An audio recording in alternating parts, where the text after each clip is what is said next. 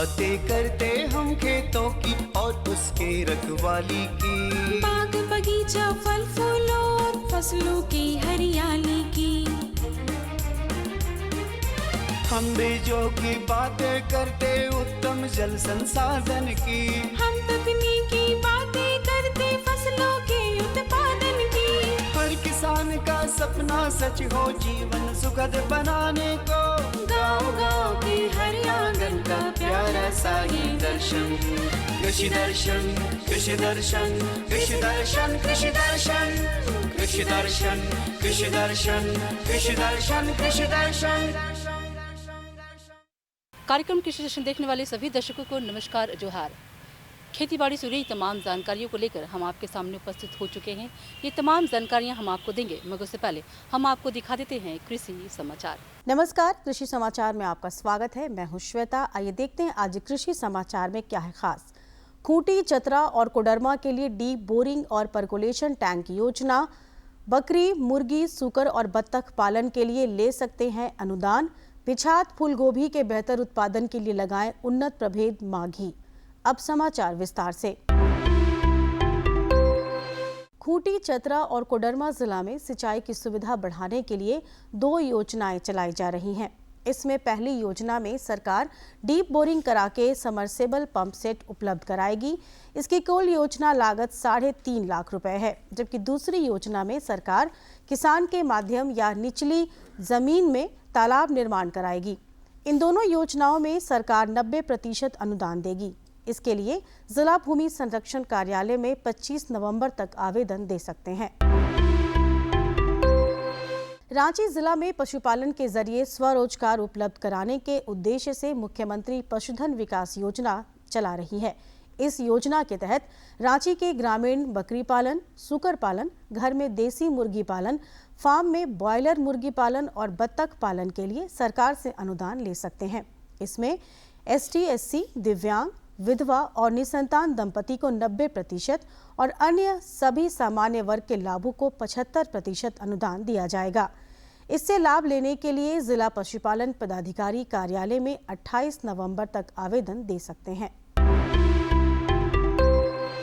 किसान भाइयों, किसी भी फसल से अच्छी उपज लेने के लिए मिट्टी में सभी पोषक तत्वों का संतुलित होना आवश्यक है। इसमें फास्फोरस की उपलब्धता पर भी ध्यान दें और उसके कम या अधिक होने की स्थिति को ध्यान में रखते हुए फास्फोरक उर्वरक बढ़ाकर या घटाकर उपयोग करें। देखिए, फास्फोरस की कमी है तो हम वो देखेंगे कि ये लो है, मीडियम है और हाई है। इसके आधार पर 10 ppm से यदि कम है, 10 kg पर हेक्टेयर से यदि कम है, वो लो स्टेटस में आता है। 10 से 20 है तो वो मीडियम है, और एभव अगर 20 है फास्फोरस तो हम उसको हाई कहते हैं। यदि हाई है तो जो रिकमेंडेड डोज है, हर एक फसल के लिए अलग अलग रिकमेंडेड डोज है, तो उसके आधार पर वो 25% खाद को बचा सकते हैं। यदि मीडियम है तो अनुशंसित मात्रा वो फास्फोरस का डालें, और यदि कम है तो 25% जो अनुशंसित मात्रा है उससे बढ़ा देंगे तो उनका जो है मृदा स्वास्थ्य अच्छा रहेगा। किसान भाइयों, फूलगोभी की पिछात खेती के लिए दिसंबर तक फसल लगाने का काम कर सकते हैं। झारखंड में पिछात फूलगोभी के बेहतर उत्पादन के लिए उन्नत प्रभेद Maghi, snowball 16, Dania, Pusa snowball या केप पूसा स्नोबॉल लगाएं। फूलगोभी की बुआई में 800 ग्राम बीज प्रति हेक्टेयर की दर से लगाएं। बुआई में कतारों के बीच 60 सेंटीमीटर और पौधों के बीच 45 सेंटीमीटर की दूरी रखें। पिछात फूलगोभी के बेहतर उत्पादन के लिए झारखंड के लिए अनुशंसित उन्नत प्रभेद Maghi, snowball 16, Dania, Pusa snowball या केप पूसा स्नोबॉल की उत्पादन क्षमता 200 से 250 क्विंटल प्रति हेक्टेयर है। राज्य के किसान ऊपरी जमीन में सब्जी, दलहन या किसी और फसल की खेती में निकौनी का काम करने के लिए कृषि उपकरण व्हील हो की मदद ले सकते हैं। व्हील हो की कार्य क्षमता 18 से 20 डिसमिल प्रतिदिन है। आइए जानते हैं लत्तेदार सब्जी फसलों में रासायनिक दवा का उपयोग किए बिना फसल को कीटों से कैसे बचाएं। किसान भाइयों, आप लत्तेदार सब्जी फसल की खेती करने जा रहे हैं तो फसल लगाने से 1 सप्ताह पहले खेत के चारों ओर 2 से 4 पंक्तियों में मक्का फसल लगा दें। चारों ओर से लगे मक्का फसल के घेरे के अंदर लत्तेदार सब्जी फसल लगाएं। मक्का फसल की घेराबंदी लत्तेदार सब्जी में लगने वाले कीटों की रोकथाम करेंगे। और अब एक नजर राज्य के 5 प्रमुख शहरों के मौसम के मिजाज पर। आज राज्य के 5 प्रमुख नगरों के अधिकतम और न्यूनतम तापमान कुछ इस प्रकार दर्ज किए गए। रांची का अधिकतम तापमान 29 डिग्री सेल्सियस और न्यूनतम 10 डिग्री सेल्सियस।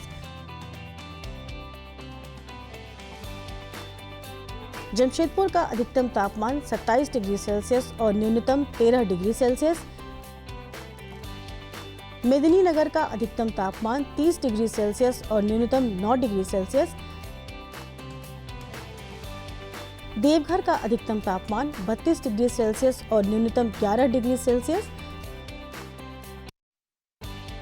वहीं धनबाद का अधिकतम तापमान 26 डिग्री सेल्सियस और न्यूनतम 13 डिग्री सेल्सियस दर्ज किया गया। कृषि समाचार में आज इतना ही। अगले दिन अगले अंक में फिर मिलेंगे कुछ नई जानकारियों के साथ। तब तक के लिए नमस्कार, जोहार। तो किसान भाइयों, आप देख रहे थे कृषि समाचार, जिसमें आपने कृषि संबंधी ढेर सारी जानकारियां प्राप्त की। मौसम के मिजाज से लेकर मंडी के भाव के बारे में भी आपने जाना। जानकारियां तो अभी और भी हैं जो हम आप तक पहुंचाएंगे, मगर उससे पहले लेते हैं एक छोटा सा विराम। भारत सरकार का हर प्रयास किसानों को दे रहा है एक नई आस। देश के किसानों की खुशहाली और उन्हें आत्मनिर्भर बनाने के लिए भारत सरकार समर्पित है। प्रधानमंत्री श्री नरेंद्र मोदी जी के नेतृत्व में कृषि क्षेत्र में किए गए निरंतर प्रयासों के फलस्वरूप देश खाद्यान्न व बागवानी के क्षेत्र में आत्मनिर्भर हो चुका है और देश में दलहन का उत्पादन भी बढ़ा है। इसी तरह भारत सरकार ने खाद्य तेलों के उत्पादन को बढ़ाने के भी अनेक प्रयास किए हैं। इसी क्रम को आगे बढ़ाते हुए माननीय प्रधानमंत्री श्री नरेंद्र मोदी जी के नेतृत्व में भारत सरकार ने दूरदर्शी निर्णय लेते हुए राष्ट्रीय खाद्य तेल मिशन ऑयल पाम की शुरुआत की है। इस मिशन से देश भर के किसानों को बहुत लाभ मिलेगा। कृषि के पूंजी निवेश में वृद्धि होगी, खाद्य तेल आयात पर देश की निर्भरता कम होगी और रोजगार के नए अवसर पैदा होंगे। खाने के तेल में आत्मनिर्भरता के लिए अब राष्ट्रीय खाद्य तेल मिशन ऑयल पाम का संकल्प लिया गया है। इससे किसानों को तो सीधा लाभ होगा ही, गरीब और मध्यम वर्ग के परिवारों को सस्ता और अच्छी क्वालिटी का तेल भी मिलेगा। यही नहीं, ये मिशन बड़े स्तर पर रोजगार का निर्माण करेगा। इस मिशन के अंतर्गत ऑयल पाम का रकबा और पैदावार बढ़ाने पर जोर देने के लिए सरकार ने 11,000 करोड़ रुपए से अधिक की सहायता राशि निर्धारित की है। मिशन के तहत सरकार ने ऑयल पाम की खेती के लिए रोपण आदि की सहायता में बढ़ोतरी करते हुए पहले मिलने वाले 12,000 रुपए प्रति हेक्टेयर को बढ़ाकर 29,000 रुपए प्रति हेक्टेयर तक कर दिया है। ऑयल पाम के पुराने बागों के पुनरुद्धार के लिए 250 रुपए प्रति पौधा के हिसाब से विशेष सहायता दी जा रही है। पौधारोपण सामग्री की कमी दूर करने और बीजों की पैदावार करने वाले बागों को भी सहायता दी जाएगी। इसके तहत 15 हेक्टेयर ऑयल पाम उद्यान के लिए 80 लाख रुपए तक की सहायता राशि दी जाएगी। इसके अलावा नर्सरी विकास के लिए 40 लाख रुपए तक तय किए गए हैं। पूर्वोत्तर और अंडमान राज्यों के लिए विशेष सहायता का भी प्रावधान है। ऑयल पाम के किसान ताजे फलों के गुच्छे यानी FFB का उत्पादन करते हैं, जिनकी वर्तमान में कीमतें अंतर्राष्ट्रीय मूल्यों में उतार चढ़ाव के आधार पर तय होती हैं। पहली बार केंद्र सरकार ताजे फलों के गुच्छे की कीमत के लिए किसानों को आश्वासन दे रही है। ये व्यवहार्यता मूल्य यानी VP कहलाएगा, यानी किसानों को कोई घाटा नहीं होने दिया जाएगा। व्यवहार्यता मूल्य VP तय करने की शुरुआत 1 नवंबर से होगी और अगले वर्ष 31 अक्टूबर तक जारी रहेगी। इसे ऑयल पाम वर्ष कहा जाएगा। इस योजना के तहत वर्ष 2025-26 तक ऑयल पाम का रकबा 6.5 लाख हेक्टेयर सृजित करने और कच्चे ऑयल पाम की पैदावार वर्ष 2025-26 तक 11.20 लाख टन पहुंचाने का लक्ष्य निर्धारित किया गया है। सरकार के इस महत्वपूर्ण निर्णय से देश में ऑयल पाम की खेती करने वाले किसानों में विश्वास पैदा होगा और वे खेती का रकबा बढ़ाएंगे। इस तरह पाम ऑयल का उत्पादन भी बढ़ेगा, जिससे किसानों की आय बढ़ेगी और ग्रामीण अर्थव्यवस्था भी सुदृढ़ होगी। झारखंड के किसान तसर की खेती बड़े पैमाने पर करते हैं। अगर हमारे किसान नई तकनीकों का इस्तेमाल करें तो और अधिक से अधिक बड़े पैमाने पर भी खेती कर सकते हैं और उनसे लाभ भी प्राप्त कर सकते हैं। ये तमाम जानकारियां हम आपको देंगे और चलिए इसी के लिए हम आपको सीधे ले चलते हैं स्टूडियो। किसान भाइयों नमस्कार। खेती बाड़ी की हर बात हमारे साथ। किसान भाइयों, तसर उत्पादन की दृष्टि से झारखंड देश का अग्रणी राज्य है। समय समय पर कई तकनीकों को विकसित किया गया है और इससे किसान भाई लाभान्वित भी हुए हैं। कौन कौन सी तकनीकें विकसित की गई हैं और किस तरह से आप लाभान्वित हुए हैं, आज इसी विषय पर हम बातचीत कर रहे हैं। इस विषय पर बातचीत करने के लिए हमारे साथ केंद्रीय तसर अनुसंधान केंद्र पिस्का नगड़ी के वैज्ञानिक डॉक्टर जयप्रकाश पांडे स्टूडियो में मौजूद हैं। डॉक्टर साहब, इस कार्यक्रम में आपका स्वागत है। नमस्कार किसान। नमस्कार किसान भाइयों, तमाम तकनीकों के बारे जो विकसित की गई हैं हम बताएंगे आपको, आप हमारे साथ जुड़े रहिए। डॉक्टर साहब, जब हम तसर उत्पादन की बात करते हैं तो झारखंड, जैसा कि हमने कहा भी कि एक अग्रणी राज्य है, देश में पहला स्थान है झारखंड का। बहुत सारी तकनीकें विकसित की गई हैं। विगत कुछ वर्षों में देखा जाए तो इस क्षेत्र में बहुत सारे अनुसंधान भी हुए हैं। कौन कौन सी ऐसी तकनीकें हैं जो विकसित की गई हैं जिसका किसान भाई लाभ उठा सकते हैं? किसान भाइयों नमस्कार। जैसा कि आप जानते हैं कि तसर रेशम उत्पादन के लिए झारखंड की जलवायु सबसे उपयुक्त है और तसर रेशम कीट का यह उद्गम स्थल भी है झारखंड जी। और पूरे देश में तसर रेशम यहीं से फैला, क्योंकि जो एक यहाँ की प्रजाति है डाबा इकोरेसिस, वो देश के लगभग 12 राज्यों में उसका कीट पालन का कार्य किया जाता है। तो हमारे यहाँ अनुसंधान केंद्र में विभिन्न प्रकार की तकनीकी तसर रेशम कीट पालन से के लिए विकसित की गई है। उसमें जिसका प्रारंभ हो जाता है कि खाद्य पौधे से जी। अगर खाद्य पौधे अच्छे गुणवत्ता के होंगे तो निश्चित रूप से उसका उत्पादन पे, उत्पादकता पे प्रभाव पड़ेगा। तो अगर हमको कोसा उत्पादन और कीट पालन बहुत सक्सेसफुल तरीके से करना है तो उसमें हमको खाद्य पौधे के जो बढ़वार पे ध्यान देना होगा। बिल्कुल। जब हम खाद्य पौधे की बात कर रहे हैं डॉक्टर साहब, तो किन किन खाद्य पौधों को जो झारखंड के लिए महत्वपूर्ण है कि लगाना चाहिए किसान भाइयों को? झारखंड में जो इकोनॉमिक प्लांटेशन किया जाता है किसान भाइयों के द्वारा, उसमें सबसे उपयुक्त पौधा है एक अर्जुना का है, टर्मिला अर्जुना, जिसको अर्जुन पौधा कहते हैं, और दूसरा आसन का पौधा है। लेकिन अभी विगत 4-5 सालों में एक और पौधा जिसपे तसर कीट पालन अनुसंधान के द्वारा हम लोगों ने देखा, उस पर भी अच्छा हो सकता है, जिसको हम जेरुल कहते हैं।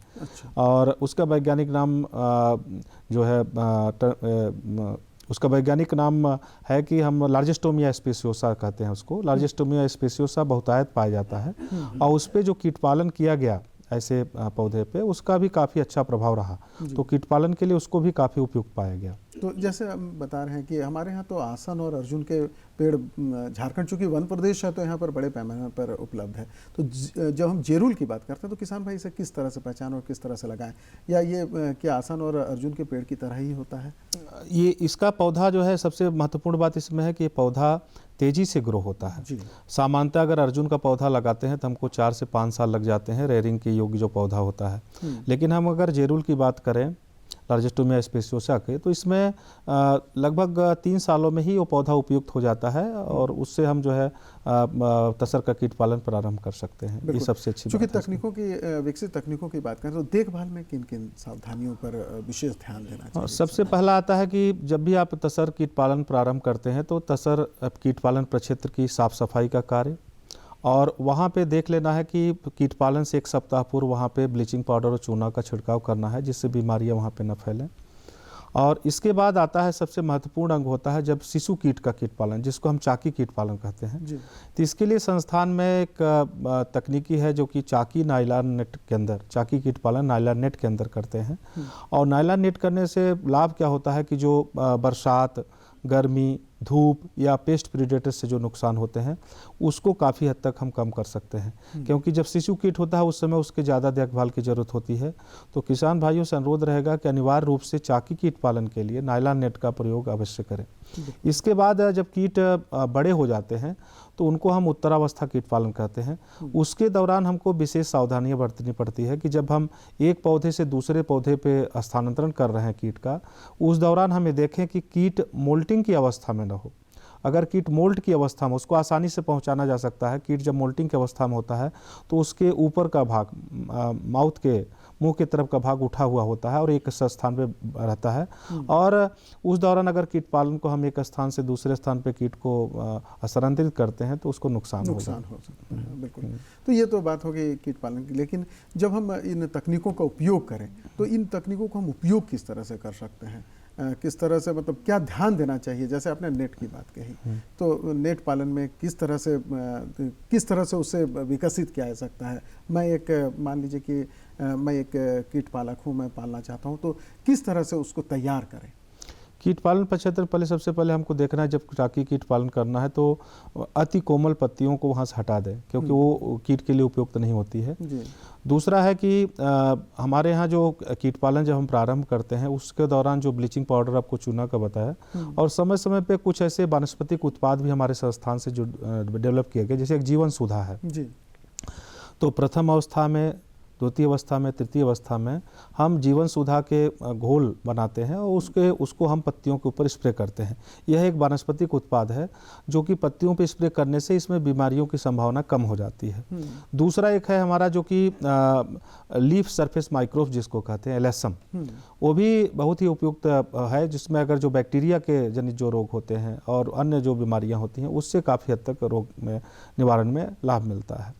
तीसरा सबसे महत्वपूर्ण बिंदु है कि जब भी कीट पालन कर रहे हैं किसान भाई, अगर कि बीमारीग्रस्त कोई कीट देखते हैं, जैसे वायरस से जनित एक रोग होता है जिसको हम वायरोसिस बोलते हैं, उस समय कीड़ा उल्टा लटक जाता है और उसके कुछ सिम्टम्स हैं, जैसे कि वायरस का उल्टा, उसका कीट का उल्टा लटकना, इसके बाद कमज़ोर होना, ये उसके लक्षण है। तो ऐसे कीटों को कीट पालन प्रक्षेत्र से तत्काल हटा दें और ब्लीचिंग पाउडर और चूना का बना हुआ सॉल्यूशन हो, या तो उसको 3 फीट गहरे गड्ढे में खोद करके उसको दबा दें।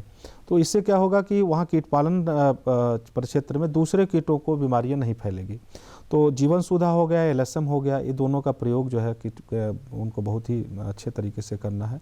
बिल्कुल, और जिससे जो है उनको कीट पालन वो बहुत अच्छी तरीके से कर सकते हैं। तो जो आप जीवन सुधा की बात कर रहे हैं, जैसे किसान भाई अगर पहचान लेते हैं कि ये बीमारी हो रही है, इस तरह की ज़रूरतें हैं, तो कई बार ऐसा होता है कि पहचान तो लेते हैं लेकिन उपलब्धता नहीं हो पाती है कुछ सामग्रियों की, तो क्या करना चाहिए किसान भाइयों को, कैसे इसे प्राप्त? सबसे पहली बात है कि हमारा केंद्रीय तसर अनुसंधान प्रशिक्षण संस्थान इस उत्पाद का कमर्शलाइजेशन का भी कार्य किया है, जिससे जो कमर्शलाइज प्रोडक्ट हैं उसके माध्यम से भी ये प्रोडक्ट उपलब्ध हो जाते हैं, और जो कि एक गवर्नमेंट का पोर्टल है जेम है उस पर उपलब्ध है। लेकिन किसान भाइयों के लिए अगर एक बायोसेफ प्राइवेट लिमिटेड एक कंपनी है जिसने इसको कमर्शलाइज किया है इस प्रोडक्ट को, जिसको हम लोगों ने लाइसेंस दिया है इसको बनाने का, तो उसके द्वारा भी राज्य सरकार के जो पायलट प्रोजेक्ट सेंटर हैं वहाँ संपर्क करेंगे, क्योंकि हर जिले में 1 या 2 पायलट प्रोजेक्ट सेंटर हैं राज्य सरकार के, और हमारे केंद्र सरकार के भी सेंटर विभिन्न स्थानों पर हैं। तो वहाँ संपर्क करने पर उनको वो जीवन सुधा जो फार्मुलेशन है उनको उपलब्ध कराया जाएगा और इसको उपयोग में ला सकते हैं, उसकी विधि बताई जाएगी। साथ ही अगर इससे संबंधित कोई प्रशिक्षण भी चाहते हैं तो हम लोग उसका एक विधिवत किस तरह से कीट पालन किया जाए, उसमें कौन कौन सी तकनीकियों का प्रयोग किया जाए, बीमारीग्रस्त कीटों को कैसे हटाना है, सारा विवरण हम लोग जो है उनको प्रदान करेंगे। यह प्रशिक्षण फ्री ऑफ कास्ट होता है। बिल्कुल, ये प्रशिक्षण की बात भी हम करेंगे डॉक्टर साहब, लेकिन जैसे हम झारखंड की बात करते हैं, आपने कहा कि यहाँ की जलवायु बहुत अच्छी है, यहाँ पर ये, लेकिन अगर विकसित तकनीकों की हम बात करते हैं तो किस तरह के विकसित तकनीकें झारखंड के लिए ज़्यादा ज़रूरी है? ऐसे तो हर तरह की तकनीकें बहुत महत्वपूर्ण है, लेकिन झारखंड जैसे राज्य में जहाँ पर बड़े पैमाने पर पौधे भी उपलब्ध हैं, किन तकनीकों को किसान भाई अपनाएं ताकि उन्हें ज़्यादा से ज़्यादा लाभ मिले? किसान भाइयों से बस अनुरोध है हमारा कि जैसे जब कीट पालन कर रहे हैं, झारखंड की जो मृदा है ये मृदा एसिडिक नेचर की है, जिसमें एसिडिक होता है, पीएच कम होता है, तो समय समय पे अपने मिट्टी की भी जांच कराएं, और मिट्टी का पीएच अगर कम है, 5 से कम है, तो उसमें चूना का छिड़काव करें जिससे मिट्टी का पीएच बढ़ेगा। दूसरा है कि कंपोस्ट है, जैसा हम बताया कि खाद्य पौधे जिस तरह से होंगे उस तरह से कीट का हेल्थ होगा, तो वहाँ पे वर्मी कंपोस्ट का प्रयोग करें। गोबर की खाद प्रति पौधे की दर से 2 किलो का उपयोग करें। तो अगर इनका उपयोग करते हैं तो पौधों की पत्तियाँ बहुत अच्छी आएंगी।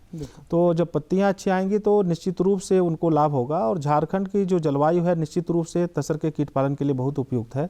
लेकिन हमारा जीवन सुधा और लेलसम 2 ऐसे उत्पाद हैं जिनका उपयोग कीट पालन में, अगर रोग नहीं भी होते हैं फिर भी, अगर रोगग्रस्त कीड़े नहीं होते हैं फिर भी इनका उपयोग करना है, जिससे किसान भाइयों को लाभ होगा। एलएसएम और जीवन सुधा इन 2 उत्पादों का उपयोग अनिवार्य रूप से करना है, जिससे कीट पालन के दौरान जो है उनको काफ़ी अच्छा लाभ होगा। और समय समय पे जो सिल्कवर्म के लीटर्स वेस्ट प्रोडक्ट्स हैं जो नीचे ज़मीन पर आ रहे हैं, उनको भी उनकी साफ सफाई समय समय पे आपका ब्लीचिंग पाउडर और चूना का छिड़काव करना है। कोई भी मृत कीट है उनको वहाँ से कीट पालन क्षेत्र से हटाना है तत्काल में। और ऐसे कीट जो पिछड़ गए हैं, एक और बीमारी होती है इसमें पेब्रिन रोग होता है। पेब्रिन रोग में उस कीट के ऊपर अगर लेट अवस्था का कीट है तो उसके ऊपर छोटे छोटे स्पॉट्स दिखाई पड़ते हैं उसके शरीर के ऊपर, तो उससे पहचान लें कि ये कीट जो है यहाँ पे पेब्रिन रोग का ऑलरेडी संचरण हो चुका है।